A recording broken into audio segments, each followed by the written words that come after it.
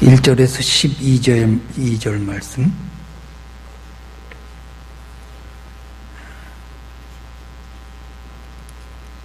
교독하겠습니다. 예수께서 무리를 보시고 산에 올라가 앉으시니 제자들이 나온지라. 심령이 가난한 자는 복이 있나니 천국이 그들의 것이며 온유한 자는 복이 있나니 그들이 땅을 기업으로 받을 것이며 긍휼히 여기는 자는 복이 있나니 그들이 긍휼히 여김을 받을 것이며 화평하게 하는 자는 복이 있나니 그들이 하나님의 아들이라 일컬음을 받을 것이며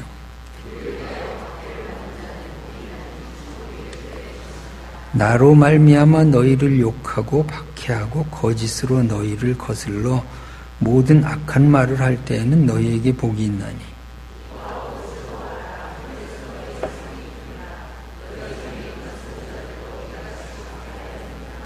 아멘. 자, 마태복음 5장부터는 뭐죠? 산상수훈 그럽니다. 7장까지 마태복음 5장부터 7장까지는 산상수훈 이런 이름이 붙어 있습니다. 이 산상수훈이라고 하는 이 초두의 팔복에 대한 이야기가 쓰여져 있습니다. 그래서 우리가 주일학교 때부터 성경 암송대회 하면 이 팔복을 암송하고 그런 기억이 납니다. 예수 믿으면서 산상수훈의 팔복을 모르면 그거는 예수 안 믿는 거죠. 자, 이 팔복에 8가지 복에 이 복들이 보면은 이렇게 뭐 가난한 자가 복이 있다, 애통하는 자가 복이 있다, 뭐 핍박받는 자가 복이 있다, 이런 것만 복이라고 했어요. 이것을 어떻게 해석해야 될까? 이 성경을 제대로 하기 위해서는 마태복음은 중심축이 있어요. 그것이 뭐냐 하면은 1장 1절의 말씀이에요. 아브라함과 다윗의 자손 예수 그리스도. 아브라함과 다윗의 자손 예수 그리스도. 이것이 마태복음 전체를 해석하는 키포인트예요. 한번 따라 할까요? 아브라함과 다윗의 자손 예수 그리스도. 그러니까 아브라함과 다윗이 어떤 복을 누렸는가에 기초해서 오늘 팔복을 풀어야 돼요. 그래야 이 팔복이 무엇인가 하는 것을 우리가 알 수 있습니다. 자, 팔복은 우선 아브라함의 복부터 한번 봐야 되겠습니다. 아브라함은 왜 복된 자라고 했죠? 믿음의 조상이니까. 아브라함이 가진 복은 믿음이에요. 그가 믿음이 있었기에 복된 자가 된 거예요. 아브라함의 별명은 믿음의 조상이라고요. 그러니까 이 아브라함이 가졌던 복은 세상적인 복이 아니에요. 아브라함은 돈이 많아가지고, 물론 아브라함이 돈이 많아요. 재산이 많으니까. 그래서 하나님이 너 복되다 그렇게 하지 않았어요. 아브라함은 명예도 있고 권력도 있어요. 족장이니까. 그걸 가지고 하나님께서 너 복되다 그렇게 말을 하지 않으셨어요. 아브라함이 하나님께 복되다라고 인정받은 것은 믿음 때문에 그래요. 믿음이 있어서 그래요. 그러니까 우리가 아브라함을 중심으로 지금 이 팔복을 해석하려면 이것이 세상의 돈이나 부귀나 영화나 권력이나 지식으로부터 오는 복이 아니구나 하는 것을 깨달아야 되겠습니다. 아브라함은 하나님을 믿어서 복된 자라고 그렇게 인정을 받았듯이 여러분이 하나님 앞에 하나님을 정말 믿음으로 복된 자로 살아가시기 바랍니다. 그래요. 자, 정말 하나님을 믿는다는 게 뭐냐? 하나님 이외에 더 소중한 것이 내 마음에 없어야 돼요. 그래서 하나님께서 계속해서 아브라함을 테스트하십니다. 심지어는 22장에 보면, 창세기 22장에 보면 독자 아들을 바쳐라, 이삭을 바쳐라, 그런 말도 나오지 않아요? 이삭을 하나님이 원하시겠습니까? 하나님보다 나보다 이삭을 더 사랑하느냐? 그것을 보자고 하시는데 아브라함이 그 시험에 합격을 하는 것입니다. 그냥 바치는 겁니다. 그래서 하나님께서 네가 낳은 독자 이삭보다도 나를 사랑하는구나. 거기서 하나님이 아브라함을 복된 자로 인정해 주시는 것입니다. 아브라함은 잘 살다가 전 재산을 다 잃어버려요. 전 재산을 다 잃어버려 가지고서는 그 다음에 도망가요. 애굽 땅으로 도망가요. 아비멜렉에게 신세도 져요. 이렇게 유랑하는 신세가 되었어요. 또 죽음의 위협에까지 몰렸어요. 그래서 자기 아내를 누이라고 속여가지고서 죽을까봐 그런 처량한 신세도 돼 봤어요. 그리고 자기가 동생처럼 사랑하는 그 롯이 포로로 잡혀가는 거예요. 그래서 자기 생명을 내걸고 전쟁을 일으키는 거죠. 그 위험한 상황입니다. 아브라함도 모진 꼴을 다 당하고요. 정말 어려움도 너무너무 많이 겪고요. 죽음의 자리까지 몰리고요. 다 잃어버리기도 하고요. 왜 하나님이 그렇게 하셨을까? 그런 상황 속에서 하나님에 대한 믿음을 간직하느냐를 보시는 것입니다. 우리는 믿음이 정말 있을 때, 돈을 가졌다가 다 잃어버렸을 때도 하나님에 대한 신뢰를 놓지 않는 거예요. 근데 돈이 하나님인 사람은 돈 잃어버리면 신앙도 떠나는 거예요. 우리에게 하나님보다 더 소중한 것은 무엇일까요? 우리는 하나님을 정말 믿나요?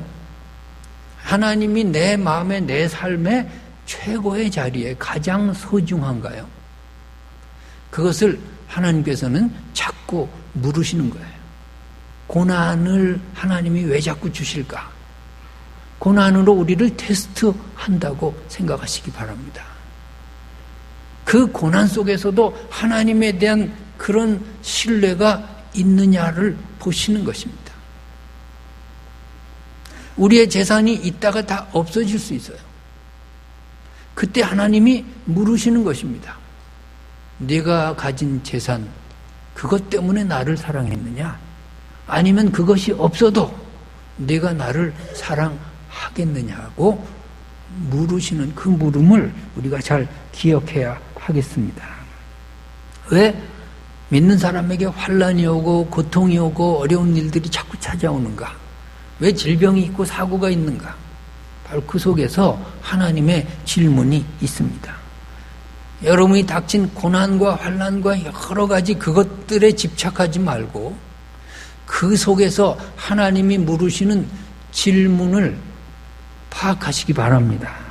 네가 이것들보다 다 떠나간다 할지라도, 욥처럼 다 떠나간다 할지라도 주신 자도 여호와시오, 취하신 자도 여호와시오. 그렇게 하나님에 대한 사랑의 줄, 믿음의 끈을 놓지 않고 그대로 하나님에 대한 신뢰, 그 믿음을 보일 수 있느냐 하는 것을 하나님께서 그 고난 속에서 묻고 계시는 것입니다. 그래서 우리의 고백의 끝끝내 제가 이거 다 없어진다 해도 하나님 사랑합니다. 하나님 믿습니다. 하나님 이대로 저는 하나님의 사랑을 믿습니다.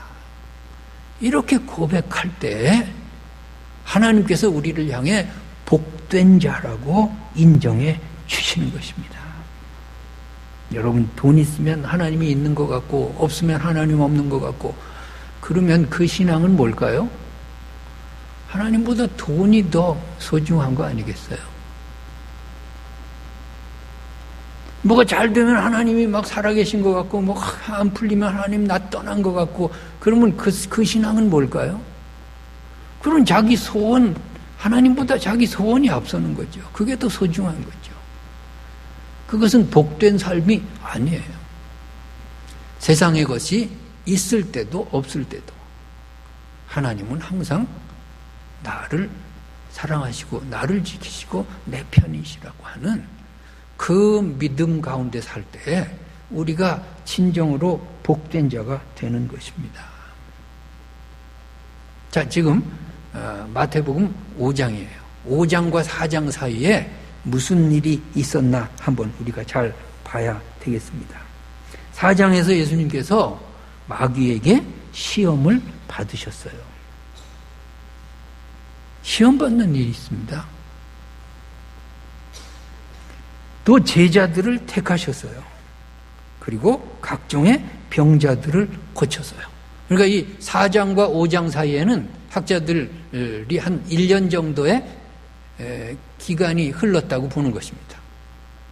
그러니까 4장에서는 예수님이 별로 알려지지 않은 분이신데 5장에 가면 각종 병자를 고쳤죠. 수 없는 그 사람들이 예수님을 알아보게 됐죠. 이제는 예수를 모르는 사람이 없을 정도가 지금 되어 버린 것입니다. 우리 마태복음 4장 23절에서 25절의 말씀을 함께 읽겠습니다. 예수께서 온 갈릴리에 두루 다니사 그들의 회당에서 가르쳐 천국 복음을 전파하여 백성 중에 모든 병 약한 것을 고치시 그의 소문이 온 수레아에 퍼진지라 사람들이 모든 앓는 자 곧 각종 병에 걸려서 고통당하는 귀신 들린 자 간질하는 자 중풍병자들을 데려오니 그들을 고치셨다. 갈릴리와 데가볼리와 예루살렘과 유다 요단강 건너편에서 수많은 무리가 따르며 그 소문이 온 수리아에 다 퍼졌다. 예수님에 대한 소문이 이제 다 퍼졌어요. 한 1년 정도 지난 겁니다. 그리고 각종 병에 걸려 고통당하는 자, 귀신 들린 자, 간질병 걸린 자, 중풍병자들을 다 고치시면서 예수님은 유명인사가 된 것입니다. 자, 이런 육신적인 치유와 육신적인 회복, 이것이 1차적인 복이에요. 1차원의 복이에요. 예수님의 첫 번째 사역은 1차적인 인간의 욕구, 갈급함을 해결해 주셨어요. 병자를 고치시고 약한 자들을 귀신을 쫓아내고 이런 일들을 하셨어요. 자, 그런데 1차적인 복을 받은 사람은 그 1차적인 복의 연장을 원하는 거예요. 뭘 원할까요? 병 나은 사람이 뭘 원할까요? 그 다음에 돈 잘 버는 걸 원하겠죠. 사업 잘 되는 거 원하겠죠. 자식들 잘 풀리는 거 원하겠죠. 뭐 그런 거죠. 그런데 그런 것들은 계속 1차원적인 그런 육신적인 복에 불과한 거예요. 자, 여기서 4장에서 끝나면 산상수훈의 복을 못 받아요. 4장에서 신앙이 끝나버리면 산상수훈의 복이 뭔지를 이해를 못해요. 진짜 복은 맛도 못 봐요.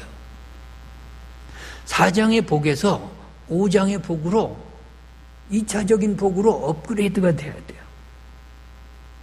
핍박받는 게 왜 복일까? 가난한 게 왜 복일까? 그것을 이해할 수 있는 차원이 다른 복에 접근해야 된다. 그 말입니다.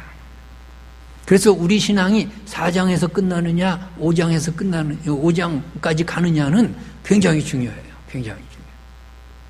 여러분 4장의 복에 머무르지 말고 5장의 복으로 여러분이 도약하시기 바랍니다. 자, 그렇다면 아브라함의 복이 무엇인가 하는 것을 우리가 잘 깨달아야 되고, 아브라함의 신앙은 무엇인가 하는 것을 깨달아야 되겠습니다. 자, 산상수훈에 대해서, 산상수훈이라는 말에 대해서 조금 짚고 넘어가야 되겠습니다. 산상수훈이란 말은 성경에 없어요. 산상수훈이란 말을 처음 쓴 사람은 4세기에 유명한 신학자였던 아우구스티누스가 썼어요. 어디서 썼느냐 하면은 라틴어 성경을 이렇게 추석하면서, 그 아우구스틴은 이제 라틴어 박사니까 라틴어 성경으로 이제 그 번역하면서 주석하면서 그 주석에다가 요건 산상수훈이라고 이렇게 말을 처음 썼어요. 그래서 이것을 산상수훈이라고 지금도 부르는 것입니다. 그 다음에 산상수훈은 누구와 들었나, 누구에게 하신 말씀인가 하는 것입니다.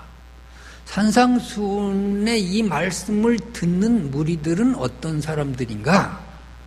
그것은 예수님 주위에 어떤 사람들이 모여들었나를 우리가 파악하면 될 것입니다. 우리 마태복음 11장 4절, 5절 말씀 자막을 보면서 읽겠습니다. 예수께서 대답하여 이르시되 너희가 가서 듣고 보는 것을 요한에게 알려.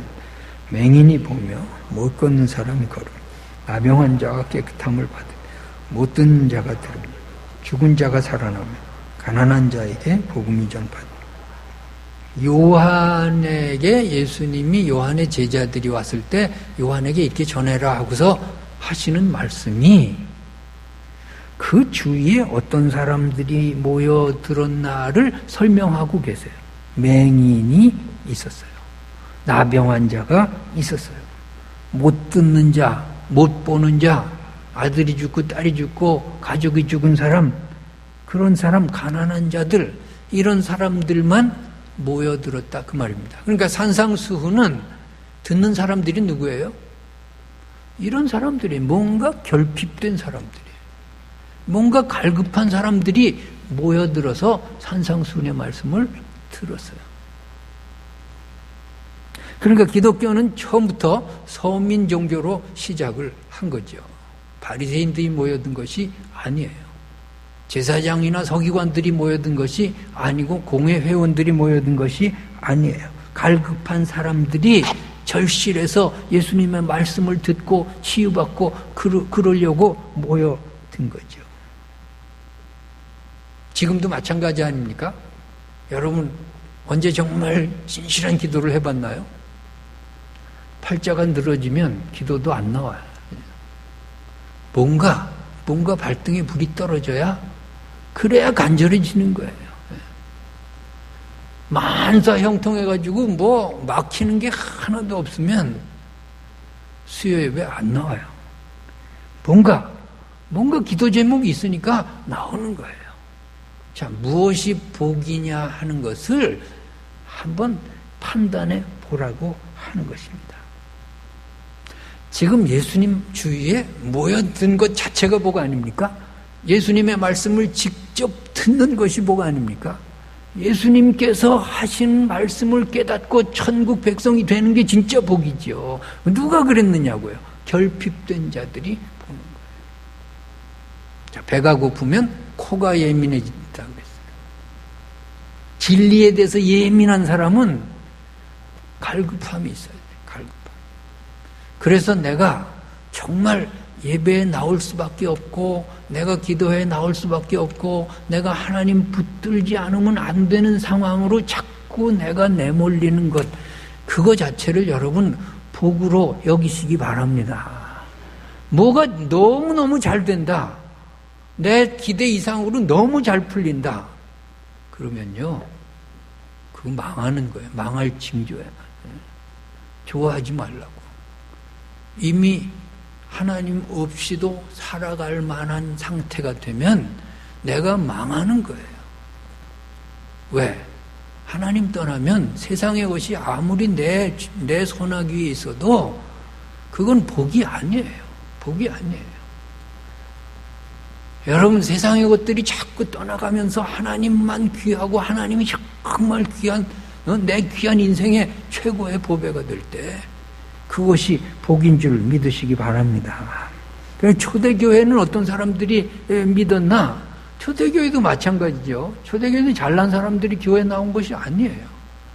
못난 사람들이, 뭔가 갈급한 사람들이 나와서 은혜 받고 천국 백성이 된 거예요.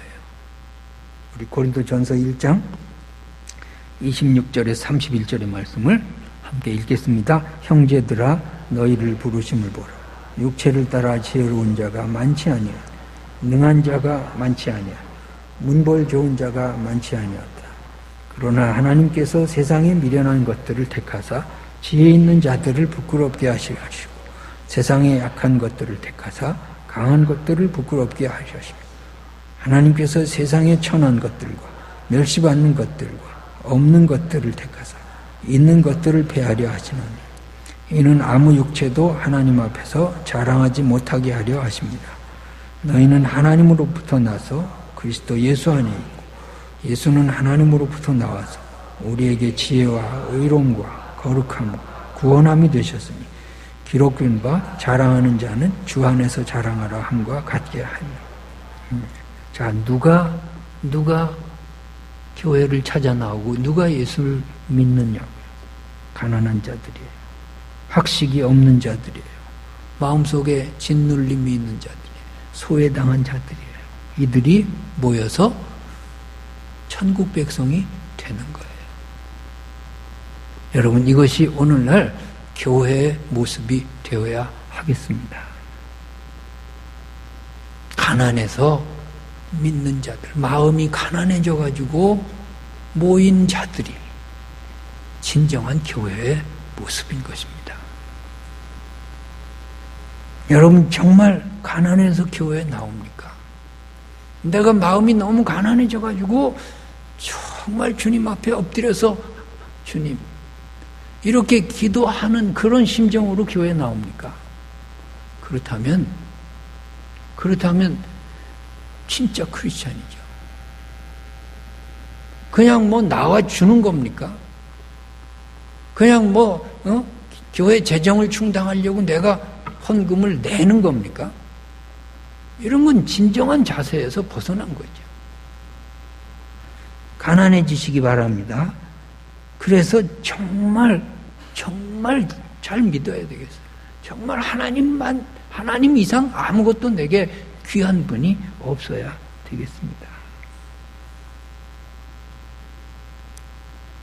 오늘 산상수훈에 들어가기 전에 예수님께서도 3가지 시험을 받으시는데 우리가 배운 대로 돌로 떡을 만들어라.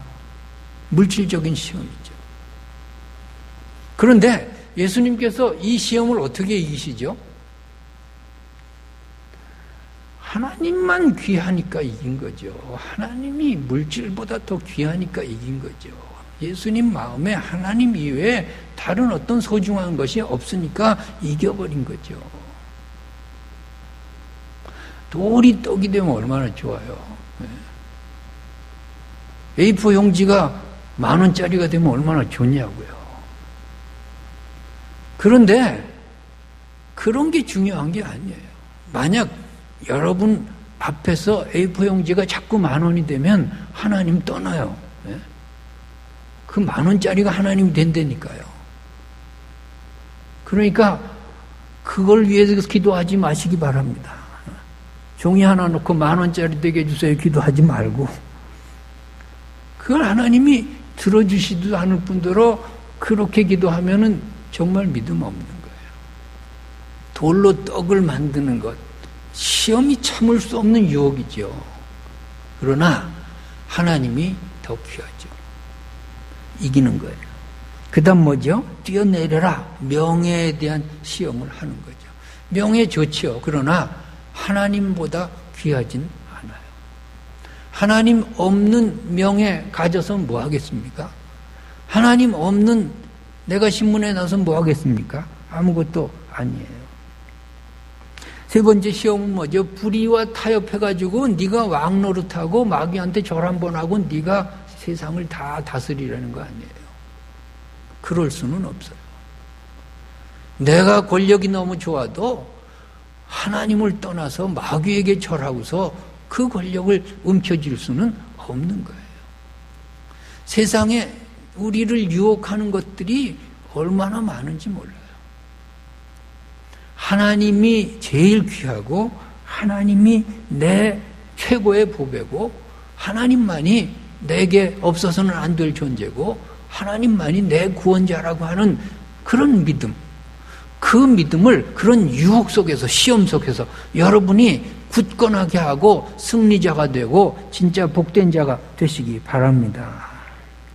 가난한 자가 되어야만이 하나님을 정말 의지할 수 있어요.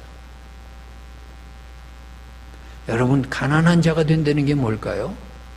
주님의 말씀대로 하면 어린아이처럼 되는 거예요. 어린아이들은 부모가 절대적이잖아요. 조금 머리가 크고 몸이 크고 힘이 생기면 부모가 점점 우습게 생각되잖아요.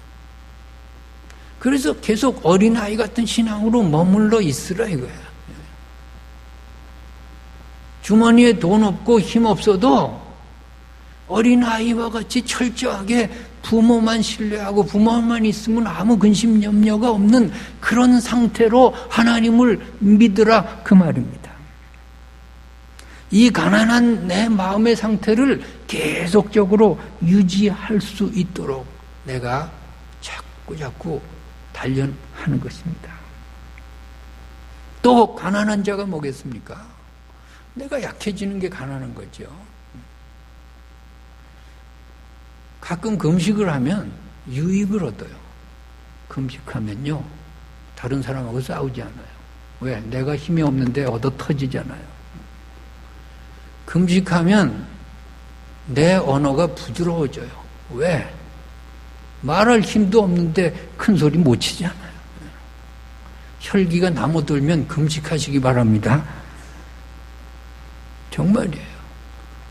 부부싸움 할 것 같으면 여보 우리 금식합시다. 그러면 쌀값도 절약되지, 싸우지도 않지. 그럴 거예요. 내가 약해진 상태로는 누구와 대항할 수 없어요. 내가 약해진 상태로는 하나님밖에 의지할 것이 없어요. 내가 약한 상태로 계속 나를 관리해야 돼요. 내가 강한 자가 되지 않도록, 하나님 없이 사는 자가 되지 않도록 자꾸 여러분을 컨트롤하시기 바랍니다. 그래서 가끔 시련이 오고 가끔 내게 원치 않는 고통이 찾아오고 뜻하지 않은 일들이 벌어지고 그런 모든 것들은 생각하기 나름이에요. 나를 약하게 만드시는 하나님의 은혜로 받아들일 수 있어요. 이거 없으면 내가 자꾸 강해지잖아요. 내가 자꾸 교만해지잖아요. 내가 하나님 없어도 막 살잖아요. 내가 막 함부로 말하잖아요. 내가 내 힘 자랑하잖아요. 그럼 그게 복이냐고요? 복이 아니라니까요. 시련과 고난과 고통을 통해서 하나님이 나를 낮추시고 약하게 하실 때에 여러분 감사하시기 바랍니다. 그거 감사하는 거예요. 감사하는 거예요. 그 시련과 고통, 그것이 다 하나님의 역사하심 속에 있다고 할 때는 무슨 뜻이 있을 것 아닙니까? 그것을 통해서 깨달으면 정말 우리가 복된 자가 되는 거죠. 아, 세상의 것은 다 떠나가는구나. 세상의 것은 영원하지 않구나. 세상에 내 손아귀에 있다고 내 것이 아니구나. 나에게 영원하신 분은 하나님밖에 없구나. 하나님만이 나를 끝까지 사랑하시는 분이구나. 내 곁에는 끝까지 나를 지켜주실 분이 하나님밖에 없구나. 그게 진짜 복이죠. 그게 복, 아브라함의 복이죠. 그래서 우리가 세상의 것은 있어도 좋고 없어도 좋아요. 너무 행복하려고 하지 마세요. 너무 햇빛이 막 그냥 너무 상쾌한 채로 1년이 지나니까 저수지 물이 다 고갈돼 버렸잖아요. 비가 계속 오니까 물론 손해보는 사람도 있긴 하지만 그래도 물 걱정은 이제 안 하잖아요. 해가 나는 날도 있고 비 오는 날도 있고 평온한 바람 없는 날도 있고 폭풍과 몰아치는 날도 있고 이렇게 해서 합력하여 선을 이루는 거예요. 그 모든 것을 감사할 수 있어요. 그 모든 것 속에서 우리가 찬송할 수 있어야 진정한 믿음의 사람이 되는 거예요. 그렇습니다. 우리는 예수 믿으면서 무엇을 원하면서 살 수 있을까요? 하나님만이 내 삶의 최고의 보배십니다. 하나님만 의지합니다. 그렇습니다. 그렇다면 사람이 나를 해롭게 한들 좀 참을 수 있어요. 사람이 내게 손해를 줘도 맞받아치지 않을 수 있어요. 사람이 나한테 배신을 해도 기도할 수 있어요. 내 사랑을 사람이 악으로 갚는다 해도 그래도 뭐 그렇게 속상하진 않아요. 왜? 하나님 계시잖아요. 하나님은 아시잖아요. 하나님은 진실하시잖아요. 그렇습니다. 그것이 진짜 산상수훈의 복을 얻은 자들이 사는 방법이에요. 우리는 하나님 이외에 다른 어떤 것도 변한다는 것을 깨달아야 돼요. 어떤 사람의 약속도 하나님 아니면은 다 바뀌어질 수 있다는 것도 알아야 돼요. 하나님 아니면은 내게 있던 것들이 다 떠나갈 수도 있다는 것을 깨달아야 돼요. 그러나 그 상관없어요. 중요한 것은 하나님이 날 떠나면 안 되죠. 하나님이 날 버리면 큰일 나죠. 하나님이 내게 저주를 내리시면 그건 망하는 거죠. 그러나 그것이 아닌 다음에는 눈앞이 캄캄해도 감사할 조건은 남아있는 거예요. 모든 걸 잃어버려도 기도 제목이 있어요. 하나님 붙들고 다시 일어날 수 있는 거예요. 우리 이것을 믿어야 진짜 신앙이 있는 줄 믿습니다. 이걸 믿어야 돼요. 근데 우리는 자꾸 눈앞에 보이는 현상 그거 가지고 그냥 옥신각신해요. 그거 가지고 웃었다 그냥 뭐 좋아했다 그냥 낙심했다 그래요. 그냥 1차원적인 마태복음 4장 그 복에서 머무르는 거예요. 5장의 그 산상수훈의 복으로 못 가는 거예요. 이것이 문제예요. 이러고도 우리는 예수 몇십 년 믿는다고 자랑하는 거예요. 평생 믿었다고 자랑하는 거예요. 정말 복을 우리가 정말 누리고 있나요? 자, 여기서 또 생각해야 될 것은 산상수훈에서 지금 복이 있나니 할 때 복이라는 단어는 마카리오스 이렇게 주님이 쓰신 단어가 마카리오스 그래요. 이 마카리오스란 말은 영육간의 복을 말해요. 영육간 이것이 중요해요. 예수 잘 믿는다는 게 뭐예요? 영육간의 복을 받고 사는 거예요. 우리가 신앙생활 잘한다는 것이 뭐예요? 영적인 것만 신경 쓰면 안 돼요. 육적인 것도 우리가 잘 갖추어서 믿을 줄 알아야 돼요. 예수 잘못 믿는 두 종류의 사람이 있어요. 하나는 육적인 것만 자꾸 원하는 거예요. 영적인 데는 관심이 없어요. 잘못 믿는 거죠. 또 하나는 영적인 것만 하늘나라 뭐 그냥 교회 막 이래가지고 가정 엉망진창. 직장에 가면 제일 혐오하는 인간. 친구도 하나도 없고 이러면 이 사람은 예수 잘 못 믿는 거예요. 여러분 이단들이 왜 이단이에요? 그들은요 요한계시록 막 이사야서 뭐 그냥 이런 것만 드립하고 거기서 집착하고 산상수훈을 안 좋아해요. 이단들은 산상수훈에 관심이 없어요. 그거 이단이에요. 그게 이단이라. 그러니까 이단들에게 낚여가는 사람들이 누가 낚여갈까요? 예수 잘 믿는다는 사람들이 거기 혹하는 거야. 이 사람들이 잘 믿는 게 아니야. 영육 간의 밸런스를 못 맞춰요. 아니 하나님 나라 필요하다고 막 전 재산을 다 갖다 바칩니까? 집 팔고 논 팔고 직장 다 포기하고 그리 갑니까? 그게 잘 믿는 건가요? 그 이단의 밥이에요. 이단의 밥이에요.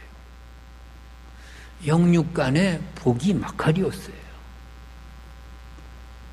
여러분 우리가 정말 우리의 신앙적인 생활을 아름답게 하려면 영적인 것에 대한 관심과 더불어 여러분의 생활을 육신적인 생활을 아름답게 사시기 바랍니다.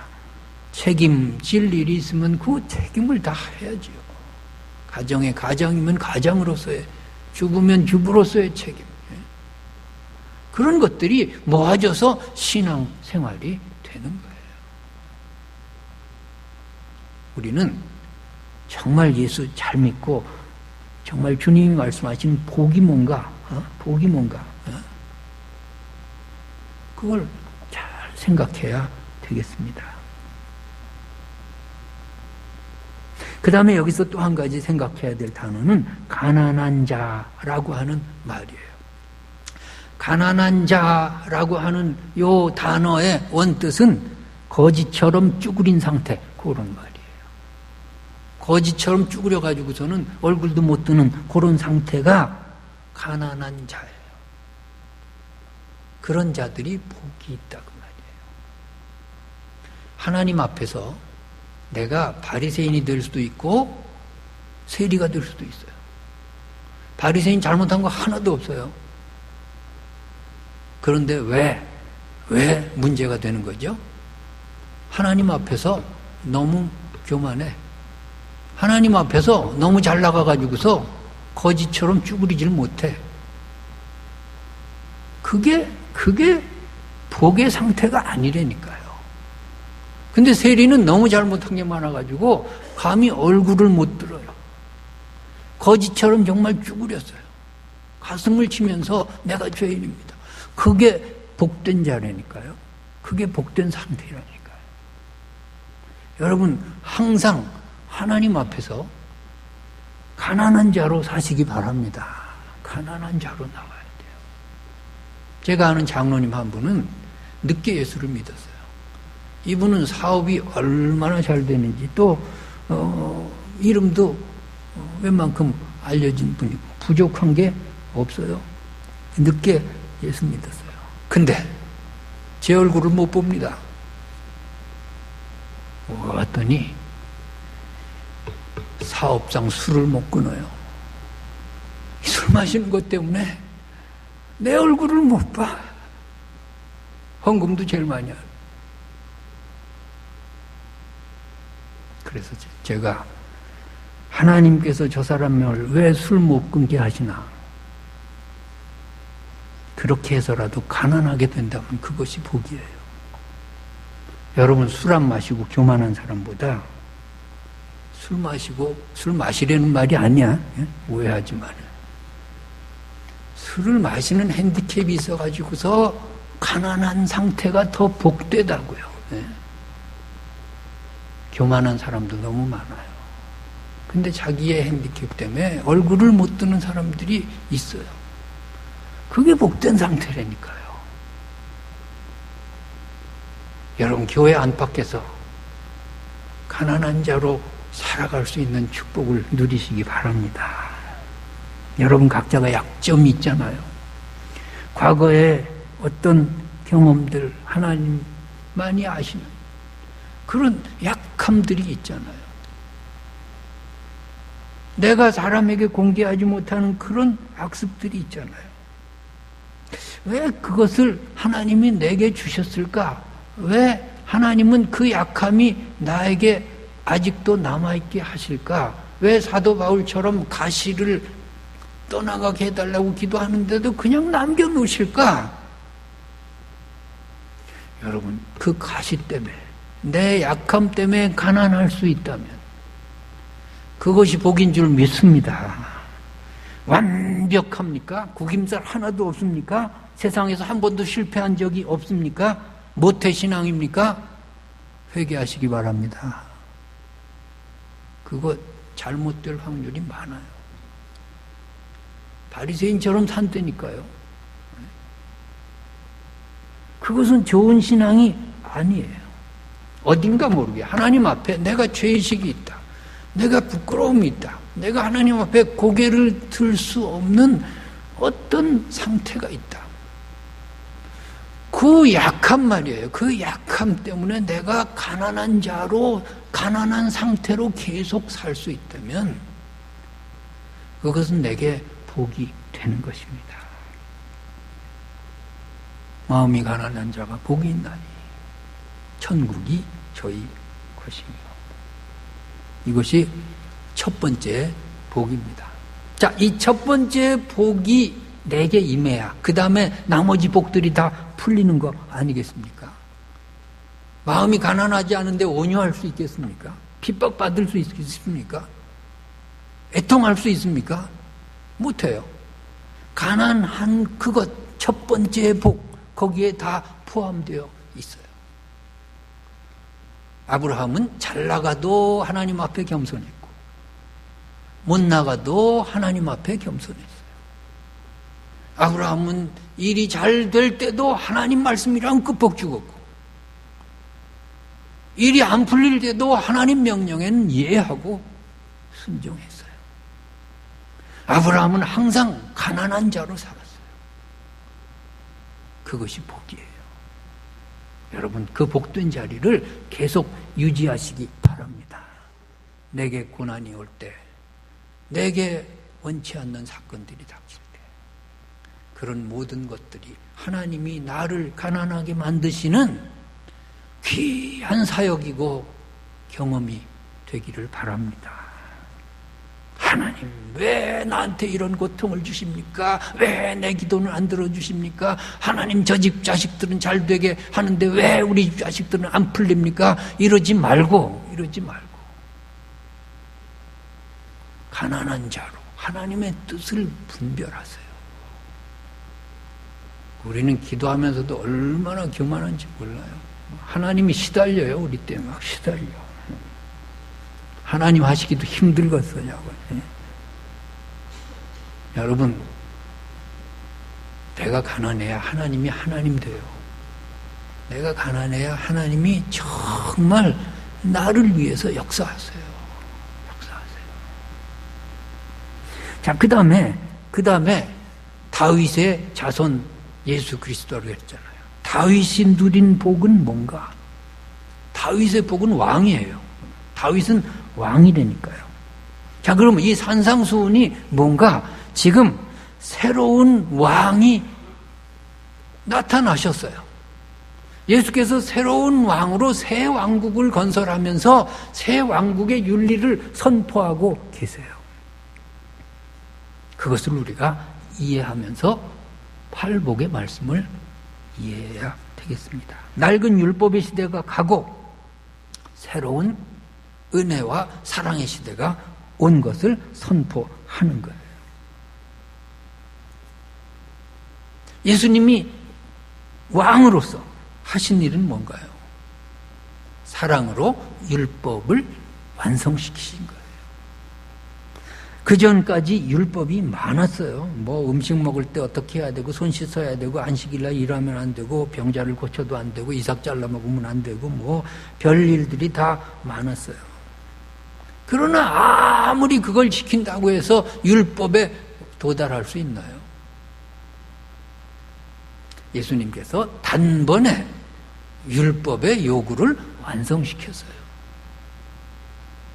그래서 우리는 우리 힘으로 아무리 율법적으로 믿어도 구원에 이를 수 없었지만 예수 그리스도를 믿음으로 단번에 우리가 우리의 죄사함 받고 하나님의 자녀가 될 수 있는 거예요.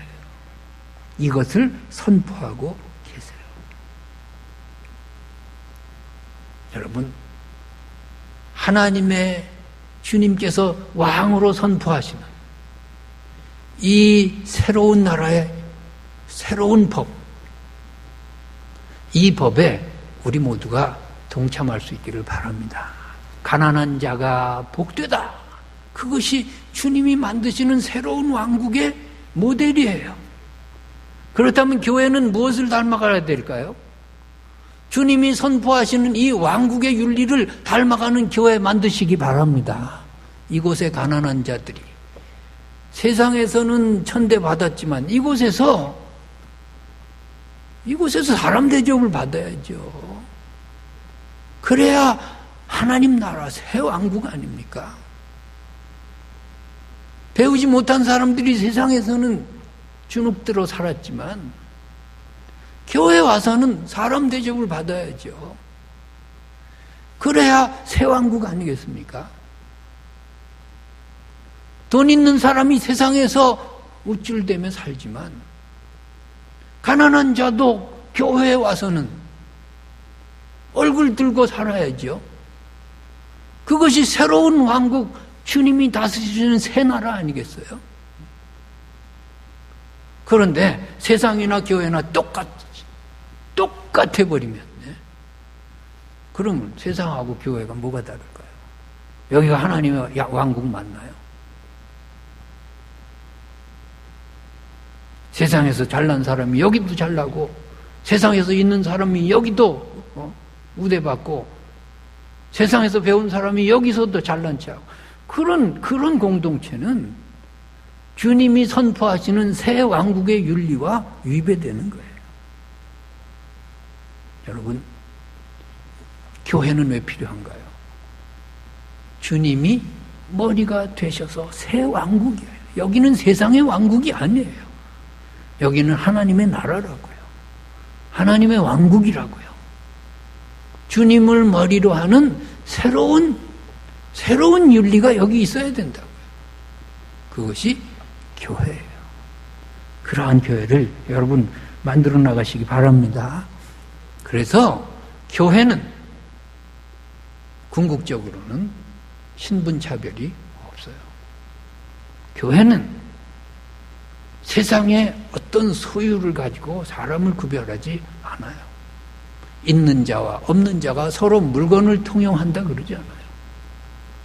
교회는 내 편이 없어요. 하나님의 왕국엔 그런 게 없어요. 교회는 싸움과 다툼이 있을 수 없어요. 하나님의 왕국엔 그런 게 없어요. 교회는 세상이 아니라고요. 이것만은 하나님이 다스리는 공간이에요. 이것만은 주인이 예수 그리스도라고요. 주님의 윤리가 교회를 지배해야 진짜 교회죠. 여러분의 마음을 주님이 다스려야 진짜 교인이죠. 그런 교회, 그런 교인들 되시기 바랍니다. 기도하겠습니다.